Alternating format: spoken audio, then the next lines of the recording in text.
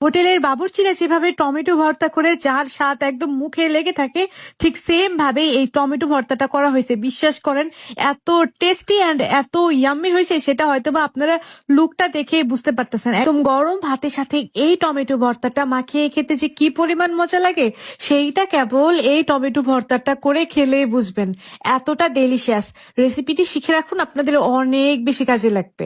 তো প্রথমে এখানে আমি হাফ কেজির মতো টমেটো নিয়ে নিয়েছি, আর টমেটো গুলোকে এরকম ভাবে দুই ভাগে ভাগ করে নিয়েছি। এখন এই টমেটো গুলোকে আমি লবণ আর হলুদ দিয়ে খুব ভালোভাবে মাখিয়ে নেব। মাখানো শেষ হয়ে গেলে কড়াই দিয়ে দেব সরিষার তেল।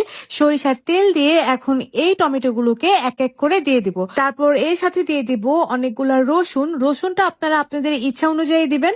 এখানে আমি একটা রসুন পুরাটাই দিয়ে দিয়েছি।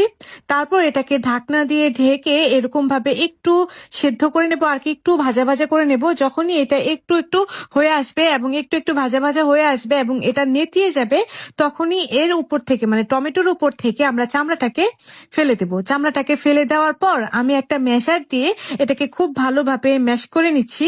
আপনাদের কাছে যদি ম্যাশার না থাকে তাহলে এটাকে নামিয়ে খুব ভালোভাবে ভর্তা করে নেবেন। তো আমি এটাকে ম্যাশার দিয়ে খুব ভালোভাবে ম্যাশ করে নিচ্ছি। যখন টমেটোটা এরকম খুব ভালোভাবে একদম ম্যাশ হয়ে যাবে, তখন এটাকে নেড়ে চেড়ে আমি আরো একটু ভেজে নেব। এটা যখন টেনে আসবে তখন এটাকে আমি নামিয়ে নেব। এখন অন্য একটি হাঁড়িতে দিয়ে দিব সরিষার তেল এবং দিয়ে দিব কয়েকটা শুকনো মরিচ। শুকনো মরিচটা একটু পোড়া পোড়া করে ভেজে তারপর এগুলোকে আমি উঠিয়ে নেব। শুকনো মরিচটা আপনারা আপনাদের ইচ্ছা অনুযায়ী মানে যতটুকু ঝাল খাবেন ততটুকুই দিবেন। এখন আমি ওই তেলের ভিতরেই কিছু পেঁয়াজ কুচিয়ে হালকা ভাবে ভেজে নেব।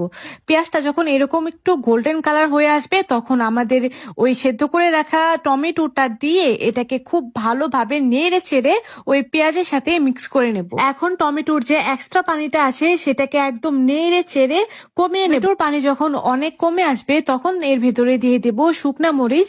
শুকনা মরিচটা আমি একটু হাত দিয়ে ভেঙে গুঁড়া করে করে দিয়েছিলাম, আর তারপরে সামান্য একটু লবণ দিয়েছি, যেহেতু ভাজার সময় একটু লবণ দিয়েছিলাম।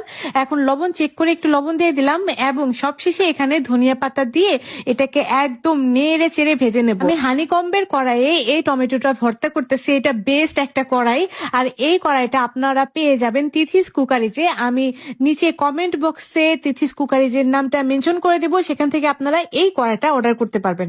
আর শীতের সকালে গরম গরম ভাতের সাথে এই টমেটো ভর্তা দিয়ে ভাত খেলে একদম আপনাদের মনে এই টমেটো ভর্তাটা লেগে থাকবে। এত ডেলিশিয়াস, আর মাখানোর পরে দেখতে পাচ্ছেন এটা কতটা ইয়াম্মি লাগতেছে। রেসিপিটা এখনই শেয়ার দিয়ে রাখুন, কারণ রেসিপি যদি শেয়ার না দেন তাহলে কিন্তু রেসিপি হারিয়ে যাবে, পরবর্তীতে কিন্তু দেখে দেখে বানাতে পারবেন না। তাহলে এই পর্যন্ত, আল্লাহ হাফেজ।